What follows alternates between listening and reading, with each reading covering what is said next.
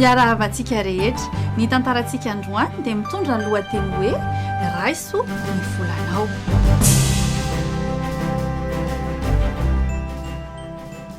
Tonga ary ny fotoana fitatazana rakitra ao am-piangonana dia iny fa mandalo ny arony.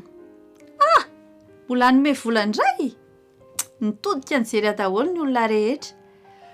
Eny are androtsaka 5,000 ariary rehefa mandinika tokoa any dia tsy dia ratsy vita ny fitatazana rakitra manomboka ny toriteny nandeha ny fotoana ary avy eo mifarana ny fotoam-bavaka.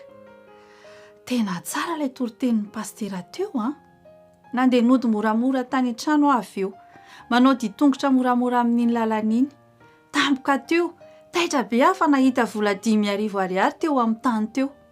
Tokony hoe faly be nahita an'ilay vola fa nisy feno bitsika tany am-pokotany ny teny hoe io raisy io volanao io ilay 5,000 ariarinao teo io niverina aminao io ilay volanao.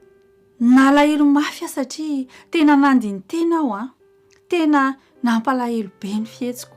Niteny tamin'ny tompo aho hoe tompo tena mifona tena mamela Jesosy ahoana no anaovako tsinontsinona mifanatitra ho anao. Tena tsy nanome rakitra an Jesosy takizany intsony satria fantatro hoe kay ny any anatin'ny fotsika ny tena jeren'Andriamanitra.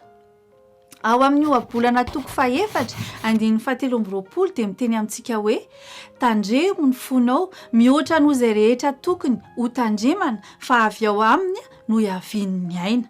Kay tsy ny vola omeko mihitsy ny zava-dehibe fa ny toe-poko eo anatrehan'Andriamanitra sady isika mora mivadika kely dia avy eo lasa miverin-dalana. Mihevitra tsika fa ny vola no eritreretintsika hiaro antsika fa tsy mametraka fahatokisana amin'i Jesosy isika.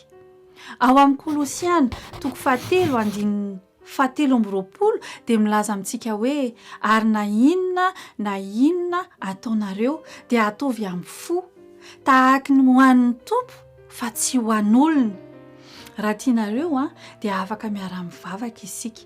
Tompo ampio hitandrina ny foko hifikitra aminao ho feno fankasitrahana noho izay rehetra nataonao ahy teo amin'ny hazo fijaliana. Nilaozanao ny voninahitry ny lanitrao mba hamonjenay sy hanovanay tovy endrika aminao. Tompo tsy te hiaina araka ny filana sy ny taotry ny nofoko intsony fa hanompo anao amin'ny fahatokisana anao amin'ny zavatra rehetra. Hitako ny toetrako ankehitriny. Ovay ao Jesosy Tompo ho voninahitrao.